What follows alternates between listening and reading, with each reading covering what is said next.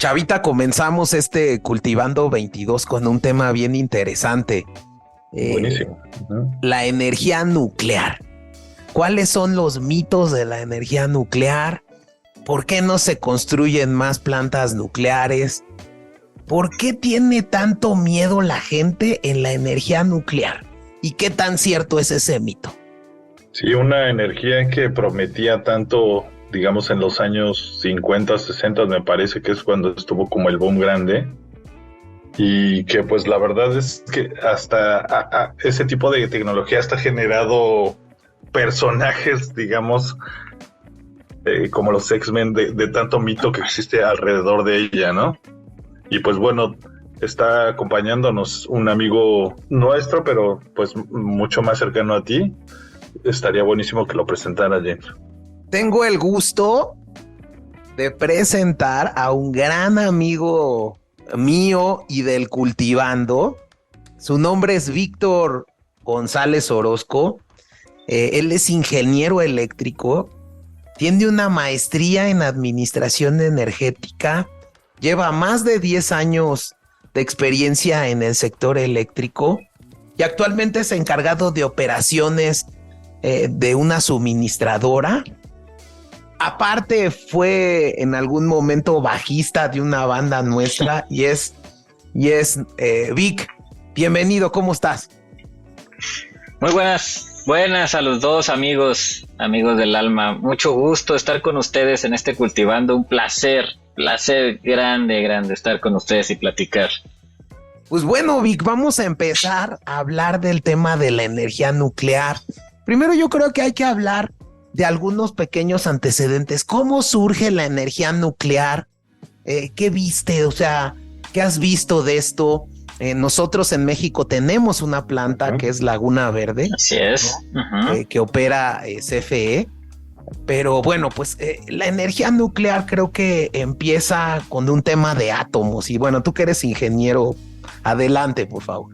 Pues mira, todo empieza con, yo creo que un personaje histórico, grandísimo para la humanidad, Marie Curie. Sí, esta científica descubre la radiación. Desgraciadamente, bueno, pues es todo eso, sus investigaciones, todo su desarrollo, pues la llevó a morir precisamente por este tema de la radiación, ¿no? Inclusive ella dormía con su descubrimiento, lo traía siempre consigo. Y actualmente, bueno, pues si quieres ir a visitar su tumba, bueno, pues está recubierta de plomo porque sigue generando radiación a pesar de los años. En serio. Eso, o sea, sí, no me la sabía. Sí, sus escritos están resguardados, o sea, con celo, porque los puedes ver, pero no puedes durar mucho tiempo porque siguen con radiación hasta la fecha, ¿no? Entonces, de ahí partió todo lo que es la parte de la radiación. Ella lo da a conocer, gana premios por eso, se pone en un lugar en la historia. Y todo esto conlleva que se inicia la cadena de la investigación en la radiación. Derivado de su muerte también se toman ya medidas de seguridad para poder trabajar con la radiación. Entonces todo esto va desencadenando una serie de estudios y hasta lo que tenemos ahorita con la energía nuclear. Sí, justo yo lo que había visto ahí de Marie Curie, que justo sus investigaciones sentaron las bases teóricas para comprender la naturaleza de la radiactividad y sus implicaciones, ¿no? Claro. Una base muy importante que Marie Curie hizo es la aplicación de este elemento radioactivo en la medicina, o por ejemplo, el desarrollo de radioterapias para tratar el cáncer, y incluso funda una organización que es la Fundación Curie para la investigación médica, ¿no? Este trabajo a Marie Curie le vale 2 premios Nobel en física y en química y se convierte en la primera mujer en recibir un premio Nobel. Entonces creo que lo que hace Marie Curie, creo que esto sienta las bases para el desarrollo de una investigación en este ramo. Y luego, mi querido Víctor. Bueno, y luego ya empieza todo este desarrollo en los años 40 y empiezan a haber ya trabajos, ¿sí? En base a la investigación de la energía nuclear. Desgraciadamente se atraviesa una guerra, ¿sí? Y esa guerra también tiene algo que ver también con la energía nuclear, ¿sí? Como bien sabemos, pues Einstein viene a los Estados Unidos y empiezan a investigar junto con los estadounidenses, los aliados, qué se puede hacer para acabar con la guerra. Y lo primero que se les ocurre, pues, tenemos investigaciones de energía nuclear que sabemos que es una energía bastante poderosa, pues vamos a crear un arma. Y es cuando Einstein dice, nos vemos, esto no me gusta, y se los deja, y bueno, empieza lo que es el famosísimo proyecto Manhattan y todas estas cosas que empiezan con la guerra. Y bueno, pues lo que conocemos todos en la historia, un momento catastrófico que es pues cuando Estados Unidos arroja las bombas, ¿no? Y vemos, ahí la humanidad se da cuenta y conoce realmente el poder de la energía nuclear. Sí, que en cuestión de segundos, de instantes, bueno, puede acabar con poblaciones grandísimas, ¿no? Y sus consecuencias, bueno, pues a lo largo del tiempo, a futuro, pues siguen repercutiendo, ¿no? Entonces, pues todo esto va encaminado, desgraciadamente, terminamos en algo catastrófico, ¿no? En siempre inventar algo para el mal, ¿no? Entonces, Marie Curie yo creo que tampoco llegó a pensar que la humanidad iba a terminar construyendo algo así, ¿no? Entonces, oye, Víctor, es algo lamentable. Sí. Entonces fue primero la bomba nuclear que un reactor nuclear, o sea, digamos, primero se utilizó como un arma.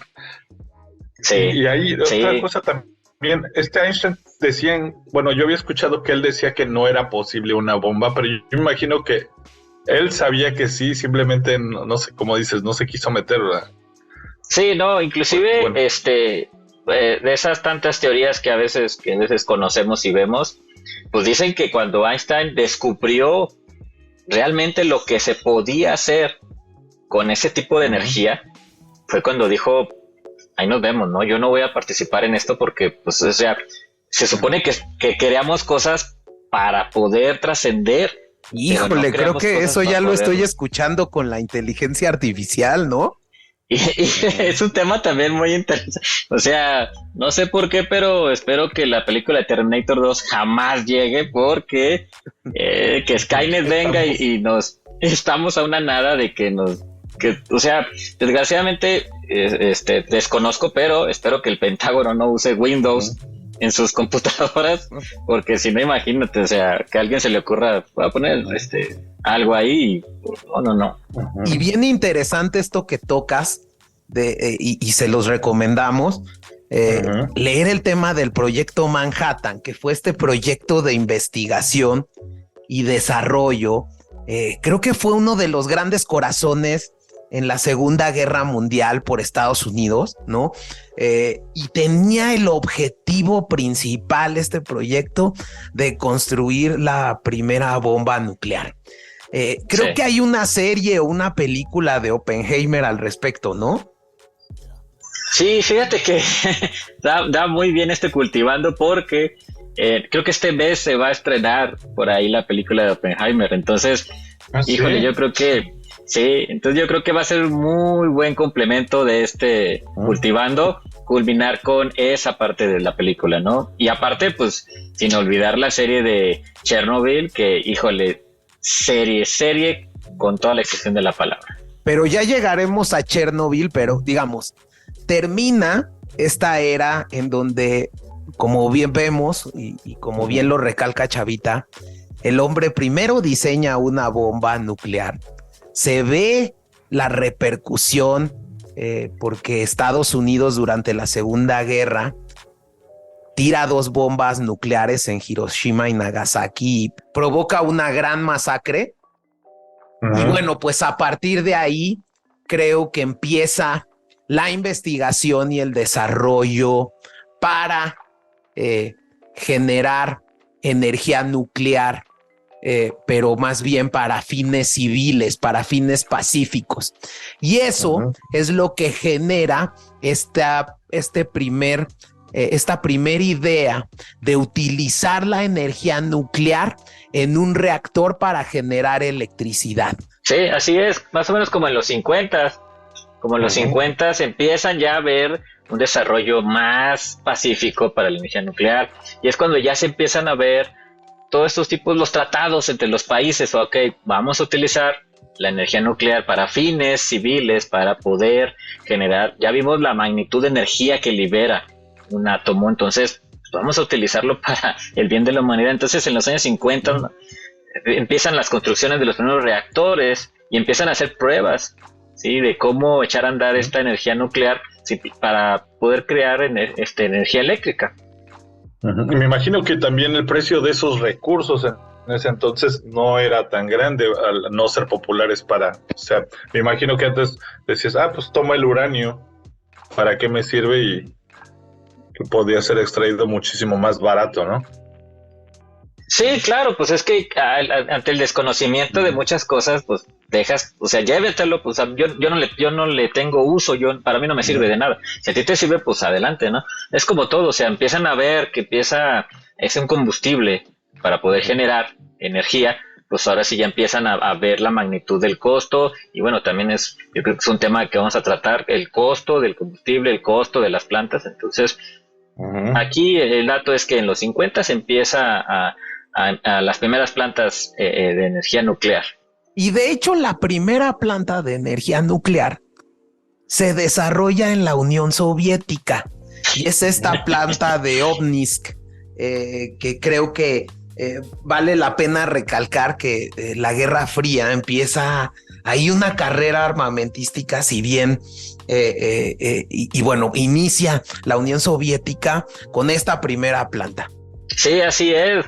Pues los rusos siempre, al querer tener poderío con su mayor rival, pues empiezan la carrera nuclear, empiezan a verle el lado bueno a toda esta parte del uranio, y sobre todo porque ellos son exportadores de uranio.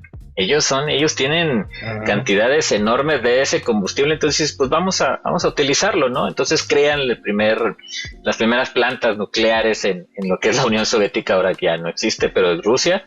Entonces empieza toda esta carrera ahora sí, a ver quién genera energía eléctrica con menores recursos, con tus propios combustible que tienes en casa, y bueno, pues de ahí empieza. Es una carrera científica y por poderío.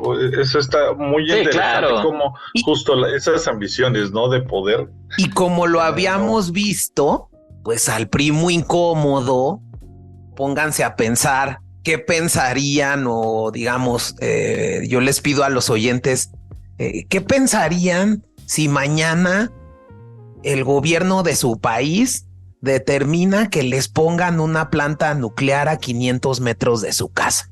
Entonces, justo, ¿no?, como veíamos en el cultivando anterior, por la que Ucrania era pues como que el primo no querido de Rusia, ¿no? Y entonces hoy en día ustedes pueden ver que Ucrania tiene unas de las plantas más grandes del mundo. De entrada, Zaporilla es una, y ahí fue el accidente de Chernobyl. Entonces, este problema, ¿no?, de que, pues, digamos, empieza a proliferar la energía nuclear en el mundo, se empiezan a desarrollar, como bien dice Vic, las centrales nucleares en el mundo, ¿no?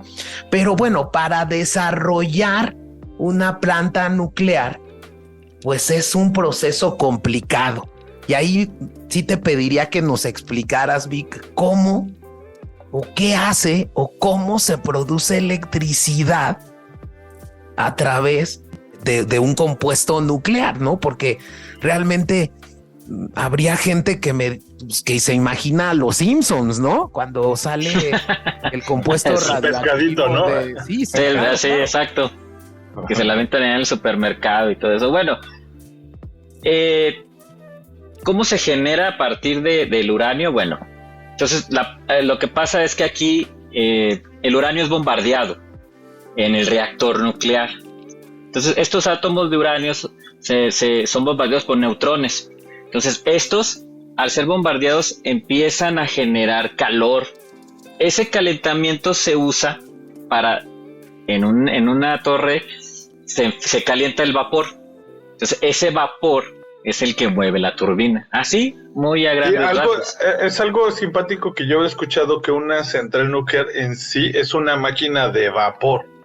Exacto. Porque es como simplemente calentar agua constantemente. Uh-huh. Es correcto. En ese tema creo que nada más para ahondar y para recalcar, el combustible que tiene radioactividad es el uranio, ¿no?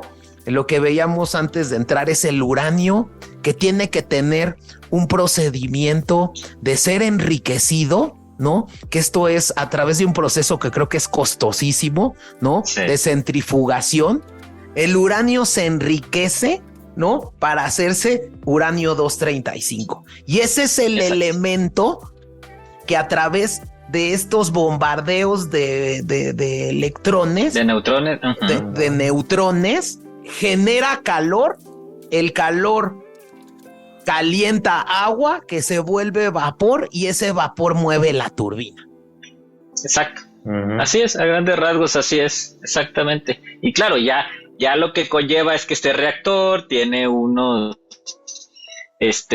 recubrimiento, ¿sí? Y aparte tiene como medida de seguridad, tiene la parte del enfriamiento por lo mismo, porque como llega uh-huh. a producir un calor enorme y grados centígrados muy grandes, pues tiene que tener también las torres de enfriamiento, que es lo que vemos, esas torres que son muy famosas cuando vemos plantas nucleares.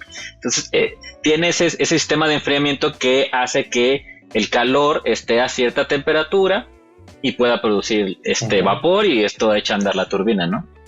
Y creo que este es un punto bien importante, y aquí podríamos entrar a la parte de los grandes accidentes nucleares, porque los accidentes nucleares, y tú me podrás corregir, Vic, tienen más que ver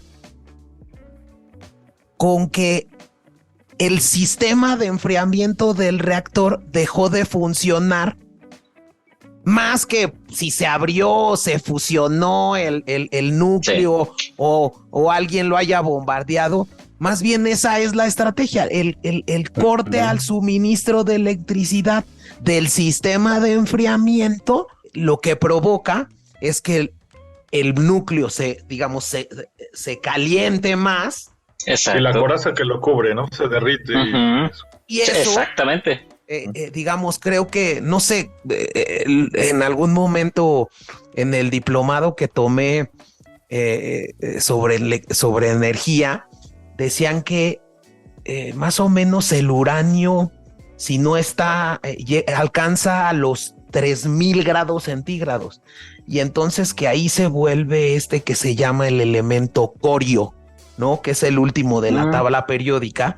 Sí. Y que la temperatura que alcanza el corio, no existe un elemento material que lo pueda retener. Entonces esa es la razón por la que se te va.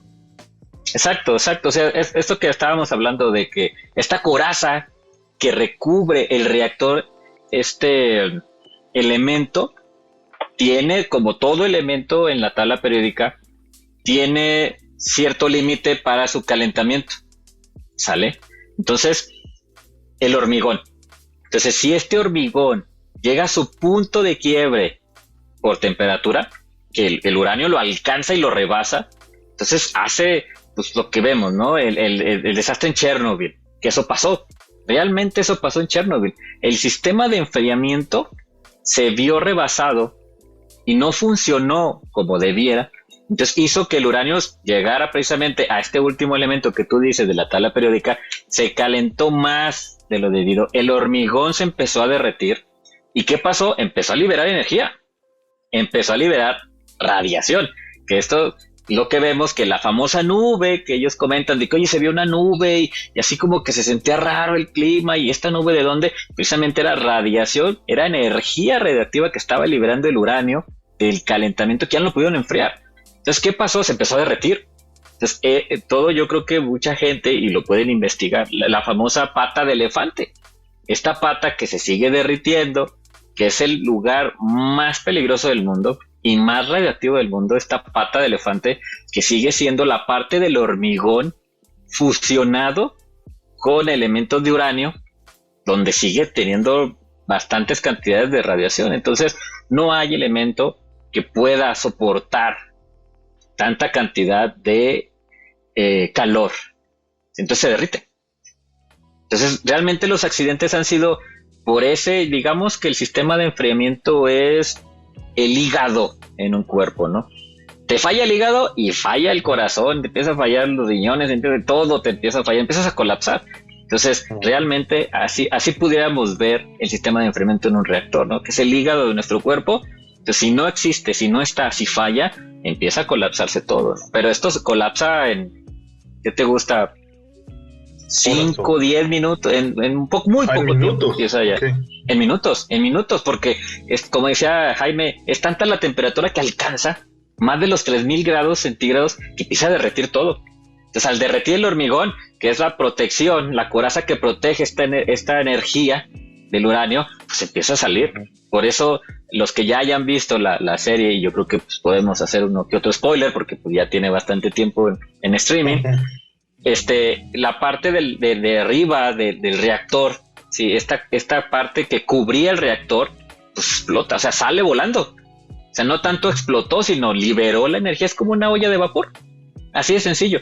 Tú dejas los frijoles mucho tiempo y ¡pum! Bota la tapa. Y exactamente hizo lo mismo aquí el reactor de Chernobyl. Botó la tapa y empezó a liberar toda la energía que tenía almacenada y abajo se empezó a derretir. Entonces, por eso buscan tratar de llegar a la parte del enfriamiento, al sistema de enfriamiento, a liberarlo.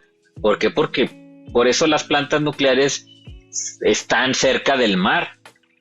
Porque a lo mejor parte del sistema de enfriamiento de reserva, de plan B, por así decirlo, es abre la compuerta y que se meta el agua. Lo malo es que pues no sabemos también qué pueda contaminar el que tenga contacto con esa parte, ¿no? Pero bueno, eso ya sería del diseño, pero por eso también se ponen en esos lugares, porque falla el sistema de enfriamiento, abre una compuerta o abre un sistema secundario para que esto se enfríe, porque llegar a 300 grados centígrados en cuestión de segundos, pues es algo que no se puede controlar. Oye, Víctor, y ahora que lo dices, bueno, perdón que te interrumpa, James, pero este tipo de accidentes emanan la energía nuclear, que es dañina, etcétera.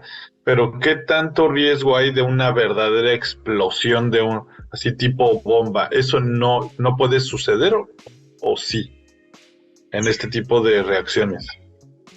Porque pues mira, sí. No, sí. Pues es que más bien es la liberación de la energía. ¿Sale? O sea, como el hormigón, a fin de cuentas, alcanza a almacenar esa energía, pues no llega al punto de que explota así como vemos que, o sea, a fin de cuentas, mira, las bombas, yo creo que lo hemos visto muchas veces, las bombas si no tienen un mecanismo que active esa fusión, esa fisión de impactar los átomos de cierta manera, ese es cuando hace la explosión. Aquí como son controladas esos bombardeos de átomos, de neutrones, no pudiese llegar a hacer una catástrofe. Al contrario, simplemente se bota la tapa y empieza a salir la radiación, la energía liberada, y es cuando empieza a ver, ahora sí ya, y empieza a derretirse todo. Se ve que Chavita no ha visto la de Chernobyl. Ya te Yo no he visto la de Chernobyl, la verdad, pero no pasa nada. Te lo recomendamos verla. Al 100%. Al 100%. Chernobyl fue un accidente muy fuerte que pasó en Ucrania en 1986 cuando formaba parte de la URSS, ¿no? Y tiene una muy buena serie, la recomendamos, está en HBO, ¿no? En HBO. Está increíblemente llevada. Yo la vi hace como 2 años, muy recomendable.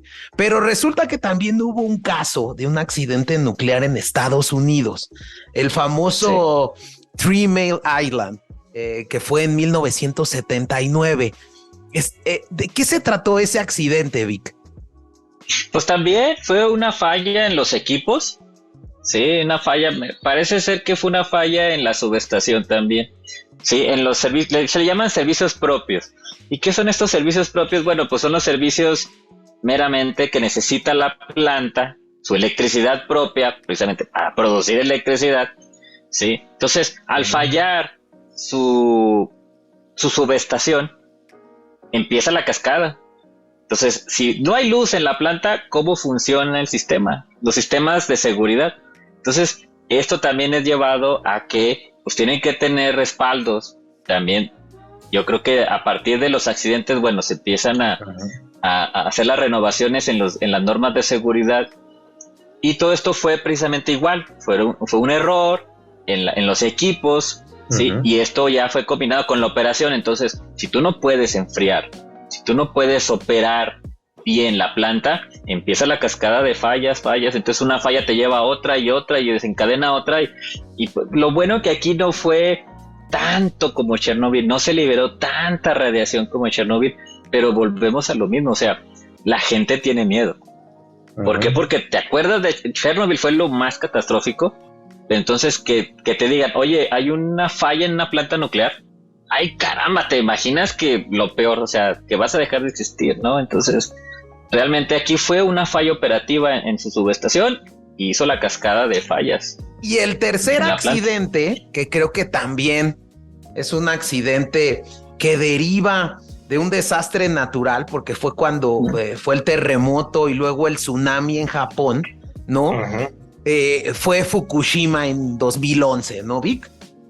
Sí, exacto, fue en el 2011, aquí pues fue el terremoto, que empezó a cimbrar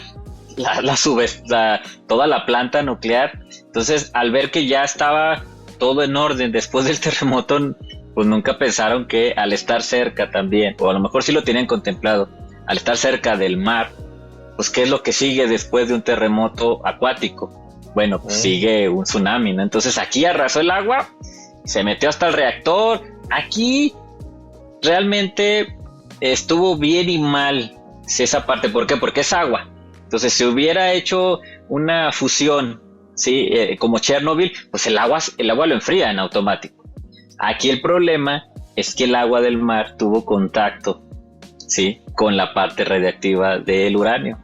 Entonces, aquí más bien derivó a una catástrofe natural que un hombre provocó al contaminar el agua. Y entonces, que también, pues, justo yo he visto de esto, que también hubo ahí un error de diseño de los japoneses en la planta, porque también creo que el sistema de enfriamiento fue lo que provocó el golpe que el tsunami le dio a la subestación que suministraba la electricidad de la planta que generó el tema en Fukushima. Pero bueno, sí creo que el tema de los accidentes ha sido un tema pues muy que genera terror. Un tema que genera terror entre la población, el tener la posibilidad de tener un accidente de este tipo, porque creo que la radioactividad que genera, ¿no? Puede causar, el solo hecho de estar ahí te puede causar cáncer y entonces ha dejado poblaciones enteras deshabitadas, pueblos fantasma aledaños a las centrales. Hoy en día Chernobyl es un desierto y la parte de Fukushima también lo es. Hay muchos documentales, les recomendamos en YouTube, ¿no? Hay también, por ahí creo que hay un documental en Netflix que se llama Dark Tourism, donde hay un cuate que es un periodista que va tanto a Chernobyl como a Fukushima para ver cómo está, ¿no? Y entonces entra y tiene que entrar hasta con un traje por el nivel de radioactividad que existe en la zona. Durísimo este tema, ¿no?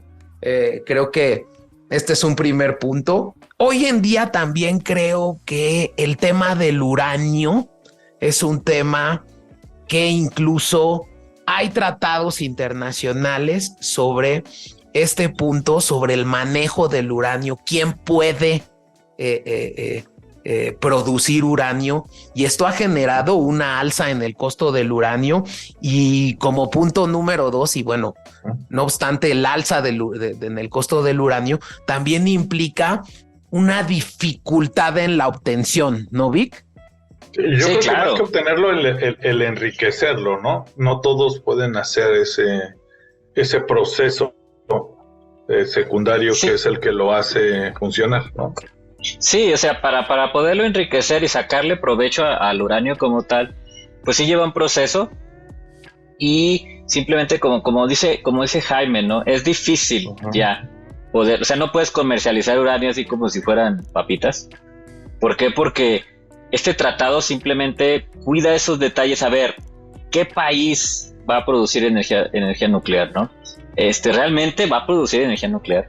¿O quiere simplemente tener el combustible para crear otra cosa, no? Desgraciadamente, el ser humano pues tiene siempre esas dos vertientes, ¿no? O usa las cosas para bien o usa las cosas para mal. Entonces, estos tratados es lo que mitigan.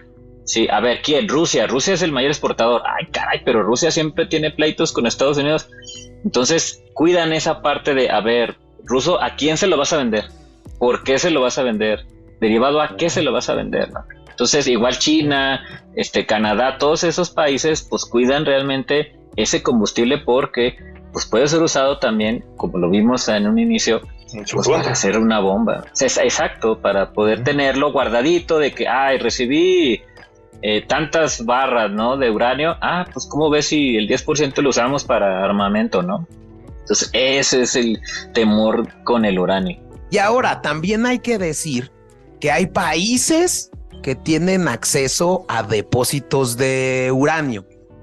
Ahí yo había visto que los principales países con acceso a depósitos de uranio son Australia, Kazajistán, Canadá, Rusia, Níger y Uzbekistán. Pero no es lo mismo países que saben enriquecer uranio. Y esos países son principalmente 5: Estados Unidos, Rusia, Francia, Reino Unido y China. Entonces, justo ahí creo que está el cinturón de las potencias en la energía nuclear, ¿no? Tanto en la extracción del uranio como en el enriquecimiento del uranio para poderlo vender a los países. Entonces, de entrada creo que la restricción de poder de que tienen estas, digamos, la restricción que tienen estas potencias hacia la producción de uranio a otros países para evitar catástrofes. Sí, claro, no, y aparte, imagínate, o sea, que otro país diga, oye, yo también tengo reservas de uranio, y que le empiece a trabajar, pues también se vuelve una potencia.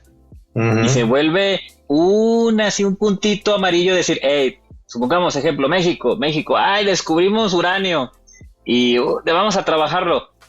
Caray, oye, México hay que tenerle ahí un poquito amarillo, porque México puede ser potencia, puede empezar a generar energía nuclear, y no nada más energía, o sea, lo puede empezar a vender a otros países, y hay que tenerlo controlado. Entonces tratan también, como dice Jaime, de este cinturón muy cerrado de países, de solamente nosotros, porque nada más en nosotros confiamos. Exacto, y el mundo debe confiar en nosotros, ¿no? Entonces, entre más cerrado y más elitista esté el manejo y enriquecimiento del uranio, mejor. Y realmente yo también lo considero bien, porque pues lo avientas para el mundo y no sabemos qué pueda pasar. Hay otros países, por lo que yo había leído, que ya tienen algún tipo de tecnología para enriquecer uranio. India, ¿no? Como Alemania, ¿no? Como Países Bajos, como Brasil, como Irán y Japón. India todavía está en un tema un poquito rezagado en ese tema. Sí, no, creo yo que cada vez más países se van a empezar a meter en esta parte, porque dentro de todas las cosas malas que pueda tener la energía nuclear, pues también tiene muy buenas aplicaciones. O sea, simplemente la generación de energía es la que ahorita está teniendo mayor auge, que bueno, también no nos vayamos a alocar y vamos a poner plantas por todos lados y que todo el mundo tenga, ¿no? Oye, o sea, también tiene que tener... Y ustedes cuidado.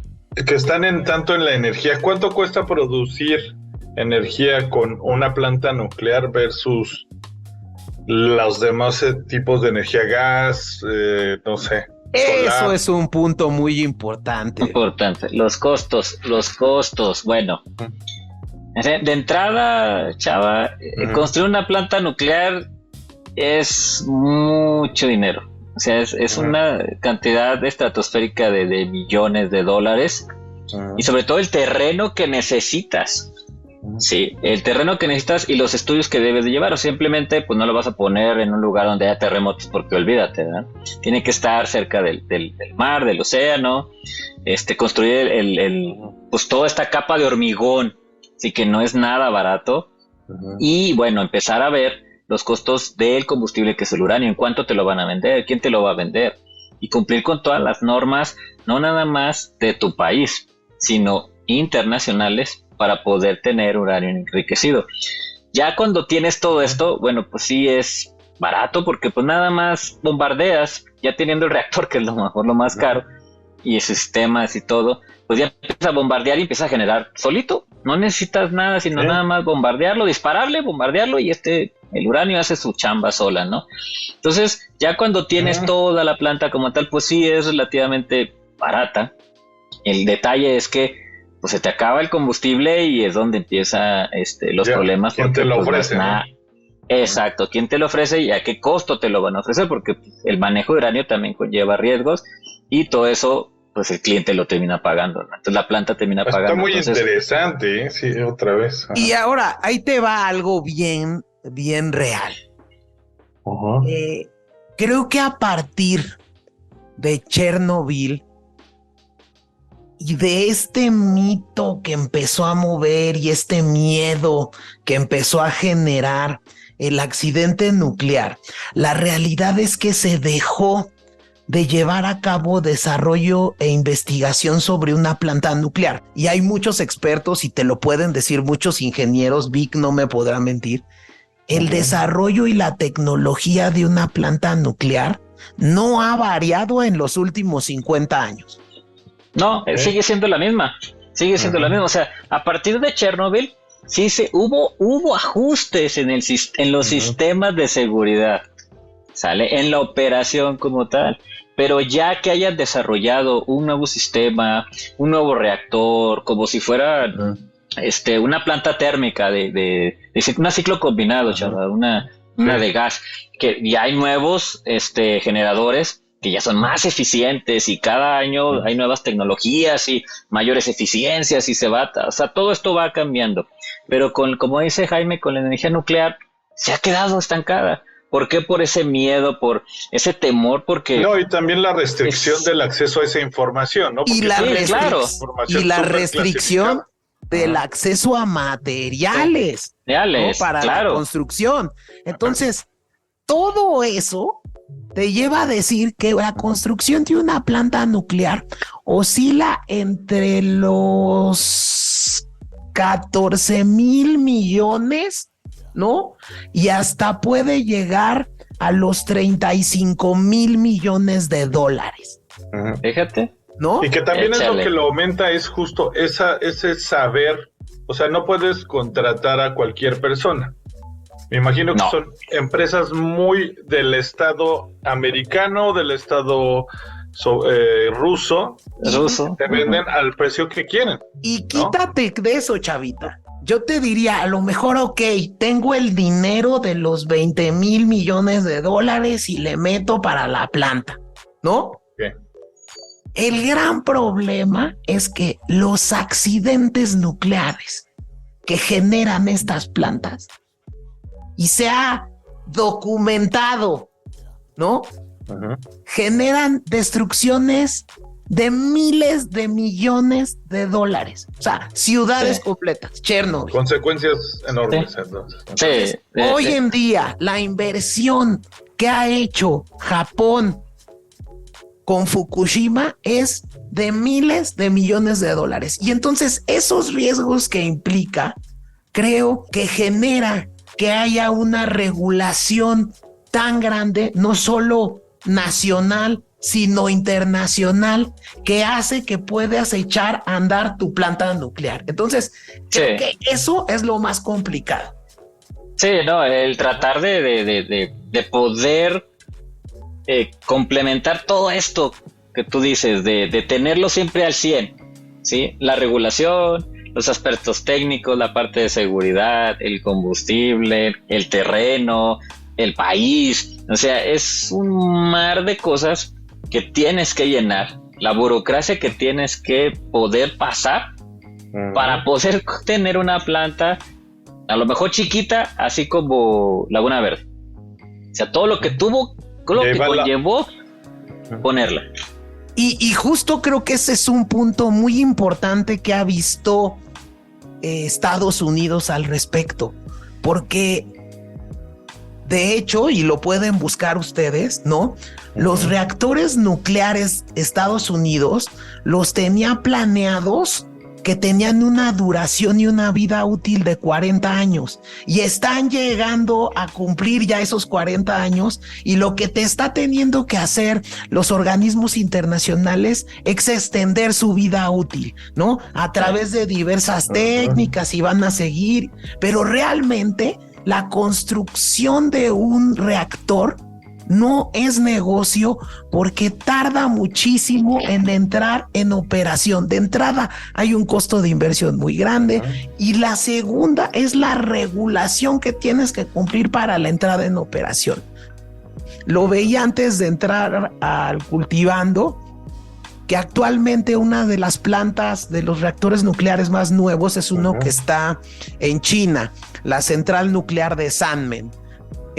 Digamos, esta construcción del reactor de Sanmen comenzó en 2009, y siendo China un país tan centralista, tan comunista, ¿no? Que seguramente se hace esta planta. Exacto. Se conectó a la red 9 años después, es decir, hasta 2018. Sí, es mucho. Es mucho el tiempo, disculpa Chavita que te interrumpa, es mucho el tiempo que se lleva al construirla, como dice Jaime, o sea, es mucho el dinero. Como inversionista no le ves negocio. ¿Por qué? Porque simplemente dices, oye, ¿cuánto más tardan en recuperar los costos de la planta? Y luego para que me digan, ¿sabes qué? No cumpliste con este punto de seguridad y te va a costar otros miles de millones de dólares poder arreglarlo. Porque ahí no puedes tener falla en ninguna. Imagínate que, oye, ¿sabes qué? Es que nos dimos cuenta que esta armadura de hormigón trae una fisura atómica, o sea, muy pequeña, y no puedes entrar. Oye, pero pues es que le hicimos pruebas. Pues sí, pero ya las pruebas operativas no las pasó. Entonces, ¿qué hay que hacer? Hay que cambiarlo. Oye, y si le pegamos y le ponemos algo ahí, no. Sí, no hay. Hay que mandar a hacer uno nuevo. Híjole, ¿no? Sí está. Pues para ir cerrando este tema, Vic, podemos decir que hoy en día los 5 países que más consumen energía nuclear son Estados Unidos, Francia, China, Japón y Rusia, ¿no? También Corea del Sur, por un tema estratégico de que no tiene acceso, ¿no? Y hay muchos documentales que les recomiendo ver sobre la estrategia de Corea del Sur, es energía nuclear, porque está aislada del mundo, ¿no? Del mundo. Y entonces por eso lo hace. Pero digamos, Vic, para ir cerrando, vamos a ver cuáles son los pros y los contras de la energía nuclear. Sí, claro, mira, tenemos como pro que, bueno, con cantidades muy pequeñas de combustible, pues generas altas cantidades de energía. O sea, a lo mejor una barra te genera miles de megawatts, ¿sí? Entonces, dices, ok, relación combustible, energía, pues sí, está bien. O sea, con poco combustible genero bastante energía. Esa es una gran pro que puede tener. También, bueno, pues no contamina. Son energías limpias dentro de lo que cabe. O sea, las emisiones de carbono son muy, muy, muy pequeñas. Entonces todo eso, y ahorita con lo que estamos viendo del efecto invernadero, pues bueno, nos ayuda mucho, bastante, que no se generen tantas cantidades de carbono.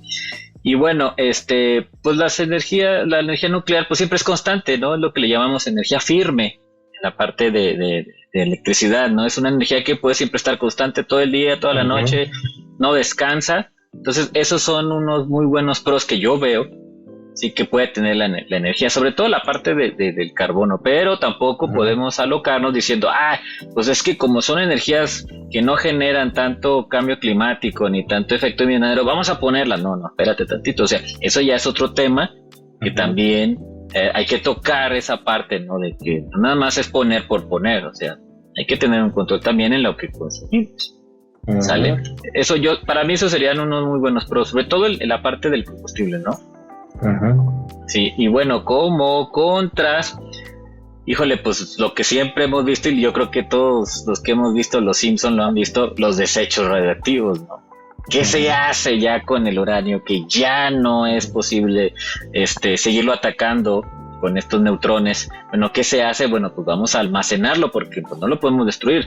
A fin de cuentas es una ley que la energía no se destruye, solo se transforma, ¿no? Entonces se transforma en otro elemento radiactivo, ¿sí?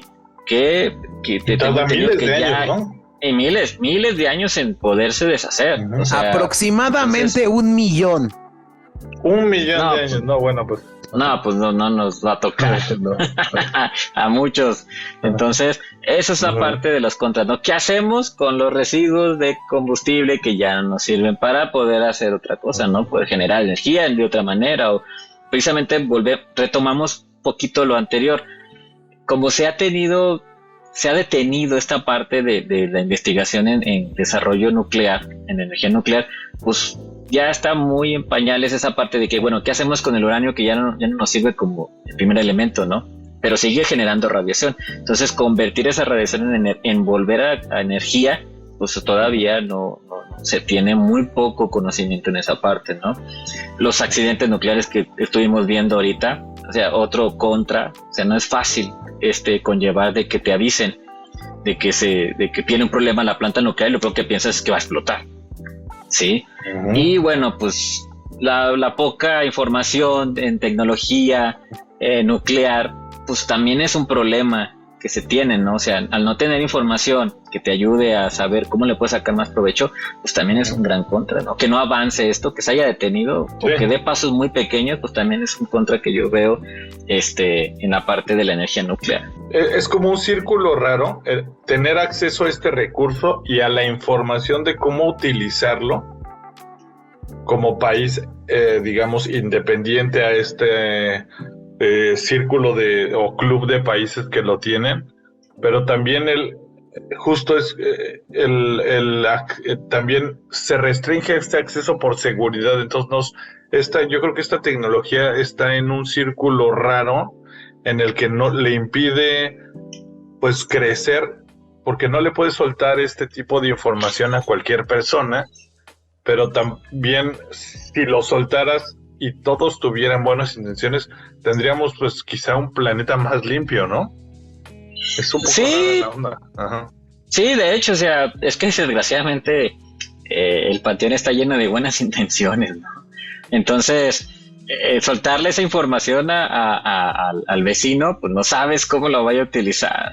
O sea, creo que justo eso se está viendo en la guerra de Ucrania y Rusia, ¿no?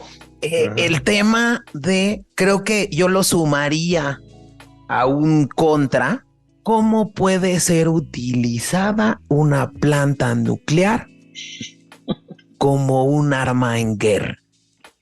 Híjole, has tirado una bomba con ese comentario, porque pues es la realidad, es la realidad que se vive, ¿no? O sea, ¿qué es lo primero que piensas? Me voy a fregar al prójimo. ¿Cómo lo puedo fregar? Mira, tiene una planta nuclear. No hagas nada más ve y córtale el suministro eléctrico de usos propios y solita va a hacer no tengo que mover ni un dedo. O sea, tan sencillo como es provocar un accidente. Pues, ¿quién va a hacer la culpa? Mía no fue. Sí, estamos en guerra, pero pues yo no te tiro una bomba. yo no te amenacé, pero pues sí te corté el suministro eléctrico de tu planta, entonces no vas a poder enfriar el reactor y solito el reactor va a hacer su trabajo, ¿no? Entonces sí es cierto ese punto que pone James, es un arma de doble filo, o sea, te ayuda para generar energía limpia, pero también puede matar a millones de personas en un instante, entonces...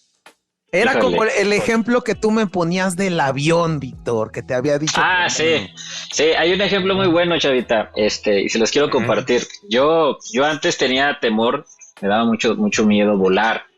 Es cuando fui a visitarlo, él me regañaba y me decía, oye Vic, pero pues es que el avión es el medio de transporte más seguro en el mundo.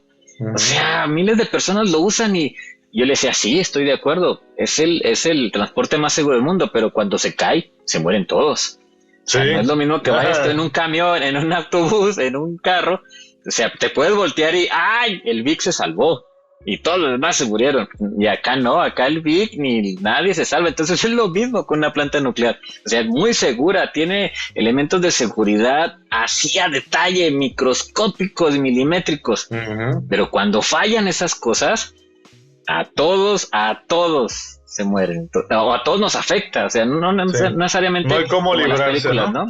Exacto, o sea, como lo de Chernobyl, o sea, mucha gente alcanzó a salir, pero los efectos de la radiación les afectaron, como en sus descendientes empezaron a tener malformaciones sus hijos, empezaron a tener daños en el cerebro, las personas que estuvieron muy cerca, pues sí, el impacto duraron, creo que 1 semana, no sé cuánto tiempo, pero fueron con unos dolores inimaginables, porque el daño fue a nivel molecular. Entonces, que tus moléculas empiecen a explotar y empiecen a destruirse, pues yo pienso que el dolor es insoportable, ¿no? Entonces, te digo, puede ser muy seguro, pero cuando falla, no hay de dónde voltearse. Y sumado a esto, y sumando a uno de tus pros que decías de los desechos nucleares, hoy en día creo que hay tecnologías muy buenas para el manejo de ellos. No veíamos antes de entrar al cultivando un video que incluso hace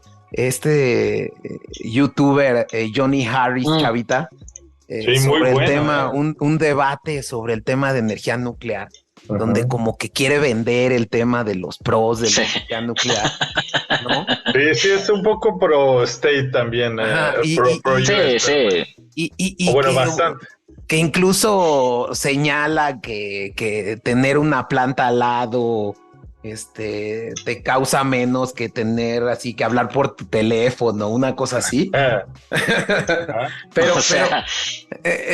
pero sí, o sea, como que y pueden ver ahí el video, la verdad se los recomiendo, porque explica con una chica en un proyector cómo se hace este resguardo de los desechos, ¿no?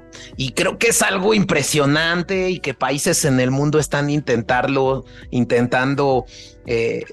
enterrarlos a varios metros abajo de la tierra. Pero yo creo que hoy en día no creo que nada que haya creado el ser humano sea superior a algo de la naturaleza, y entonces creo que tarde o temprano los residuos nucleares o se va a romper o sea, no creo que estos recipientes duren 1,000,000 de años, Vic. No, claro que no. O sea, ya antes de entrar, ya ves que comentamos esta parte del agua. El agua es impresionante. Nomás imagínate que por una causa natural, ¿sí?, en donde tienen enterrados estos residuos, llega a haber una filtración. El agua es tremenda. No hay un elemento que no pueda contra el agua. O sea, se ha visto que han pasado miles de millones de años. Una simple gota puede correr una piedra, puede destruir una piedra. Entonces nada más imagínate, como dice Jaime, es muy buen punto. El hecho de que la naturaleza diga, ¡ay! Ahora porque yo quise, aquí hay una placa tectónica y voy a hacer que tiemble.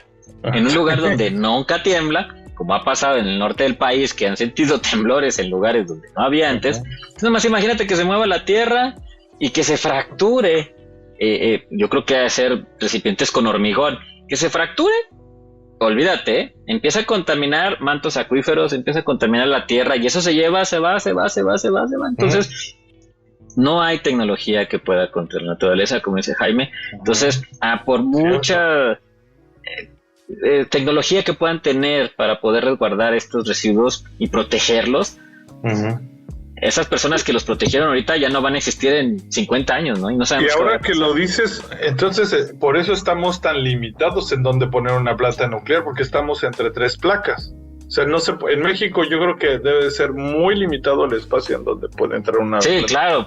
Es que imagínate que les ocurra poner una planta ahí en Guerrero, no sé, ¿no? En Guerrero, pues olvídate, para empezar estaba medio feo el lugar, Aparte ¿no? de luego, los narcos y sí, aparte de la situación de seguridad que se vive ahí, entonces nomás échale. Igual, antes de entrar a cultivando, decíamos Jaime y yo, pues una locura. Poner una planta allá en Tijuana, en Rosarito. Pues también ya les ha tocado uno que otro sismo y les ha metido unos sustitos. Y aparte, Estados Unidos jamás va a poder querer y lo va a impedir poner una planta nuclear. Y mucho menos que México diga, oye, pues es que como mis amigos rusos me dieron vacunas, pues también me van a dar uranio.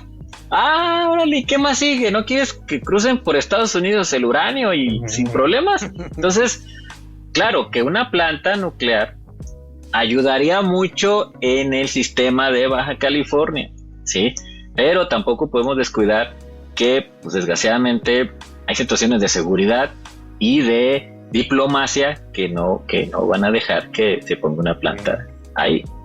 Y yo creo que tocas un punto súper interesante. O sea, creo que políticamente hay que reconocer que esta regulación la tienen en poder la Organización Internacional de Energía Atómica, ¿no? Sí. Que esa organización sí cumple muchos de los requerimientos que tiene Estados Unidos, que hoy en día Estados Unidos es uno de los grandes consumidores de energía nuclear, ¿no?